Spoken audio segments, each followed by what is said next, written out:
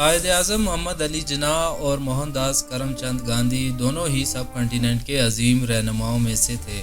دونوں میں کچھ چیزیں کامن تھی، مثلاً دونوں 19ویں صدی میں پیدا ہوئے اور ہم عصر ہیں۔ دونوں نے اپنی تعلیم انگلینڈ سے حاصل کی اور وکالت کا پیشہ اختیار کیا۔ اس کے علاوہ دونوں اپنی اپنی قوم کے لیے فادر آف نیشن ہیں۔ دونوں لیڈرز کی تصاویر ان کے اپنے اپنے ملکوں کے کرنسی نوٹوں پر ہیں۔ ان دونوں نے اپنی اپنی قوم کو غلامی سے نکالنے کے لیے انگریزوں کے خلاف جدوجہد کی۔ دونوں لیڈرز ایک دوسرے کی بڑی عزت کرتے تھے اور اس کا شاندار مظاہرہ ہم نے اس وقت دیکھا جب 1948 میں گاندھی ہندو انتہا پسندوں کے ہاتھوں قتل ہوئے تو قائد اعظم نے ان کو شاندار الفاظ میں خراج تسلیم پیش کیا، بلکہ پاکستان کا پرچم بھی سرنگوں رہا۔ ان بہت ساری مشترک چیزوں کے علاوہ ان میں اختلافات بھی بہت زیادہ تھے۔ ایک مشہور امریکی رائٹر ایلن ہیز نے اپنی 1980s میں شائع ہونے والی کتاب Gandhi versus Jinnah the debate over the partition of India میں جناح اور گاندھی کے درمیان پائے جانے والے اختلافات کو ایک جگہ کیا ہے، اور اس کتاب کے مطابق یہ کل 17 اختلافات تھے۔ ہم سب اختلافات کا ایک ایک کر کے ذکر کرتے ہیں۔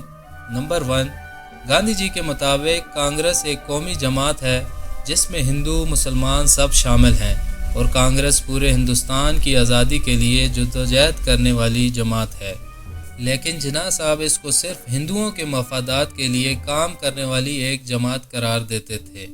نمبر 2، جناح مسلم لیگ کو ہندوستان کے تمام مسلمانوں کی واحد نمائندہ جماعت قرار دیتے تھے، لیکن گاندھی مسلم لیگ کو ہندوستانی مسلمانوں کی کافی ساری سیاسی جماعتوں میں سے ایک جماعت قرار دیتے تھے۔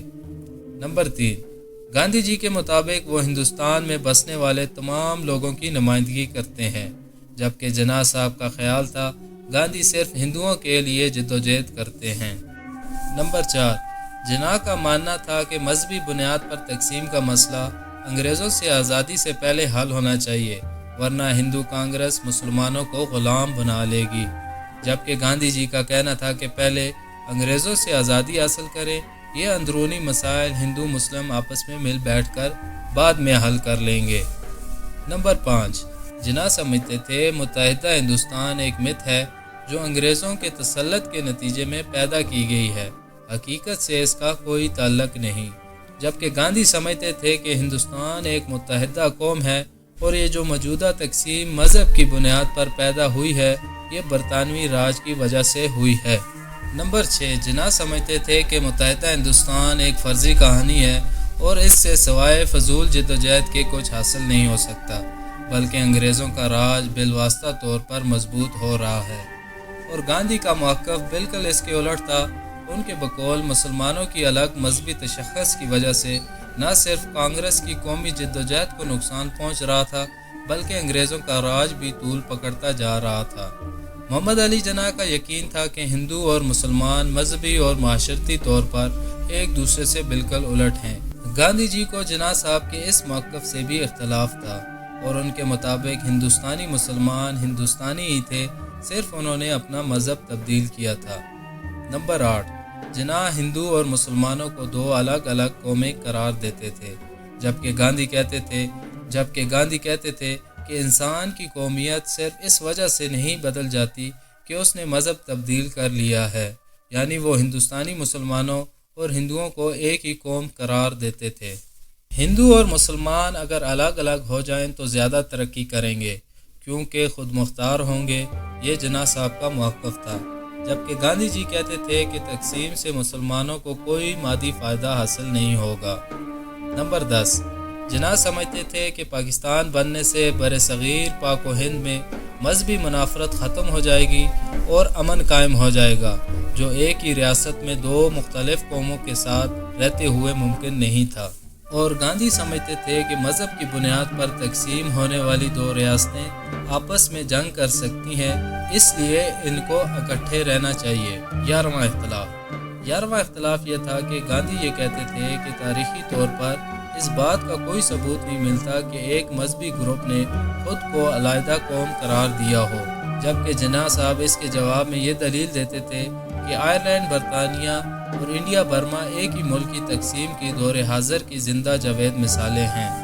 12واں اختلاف، گاندھی جی کا ایمان تھا کہ سیکولر حکومت کا اس چیز سے کوئی تعلق نہیں ہوتا کہ عوام کا مذہب کیا ہے، اور محمد علی جناح کا تجربہ یہ کہتا کہ ہندوستان میں آپ کسی بھی صورت حکومت اور مذہب کو الگ نہیں کر سکتے۔ 13واں اختلاف، جناح صاحب کی رائے یہ تھی کہ مسلمانوں کی اپنے مذہب سے جو جذباتی وابستگی ہے، گاندھی اس کو کبھی نہیں سمجھ سکتے کیونکہ وہ مسلمان نہیں ہیں، جبکہ گاندھی صاحب ہندوستان کی تقسیم خود دین اسلام کی روح کے منافی قرار دیتے تھے۔ 14واں اختلاف، جناح کہتے تھے کہ گاندھی پہلے تقسیم کو اصولی طور پر قبول کرے، باقی تفصیلات بعد میں طے ہو جائیں گی۔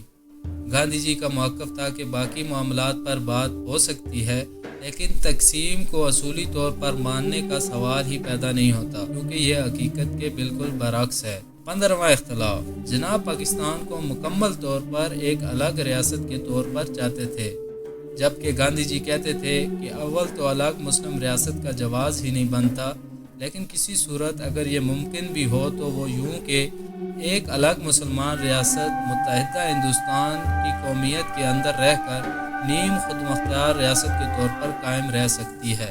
16واں اختلاف یہ تھا کہ محمد علی جناح کا دعویٰ تھا کہ ہندوستانی مسلمانوں کا وراثتی طور پر حق ہے ایک وطن پر، یعنی ہندوستان پر۔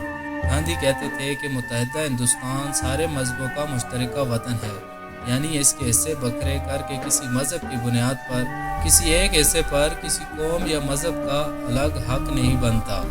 17واں اختلاف یہ تھا کہ جناح کہتے تھے کہ کسی غیر مسلم کو مسلمانوں کے مستقبل کے بارے میں رائے دینے کا کوئی حق نہیں، یعنی گاندھی مسلمان نہیں ہیں، اس لیے مسلمانوں کے مستقبل کے بارے میں انہیں رائے نہیں دینی چاہیے۔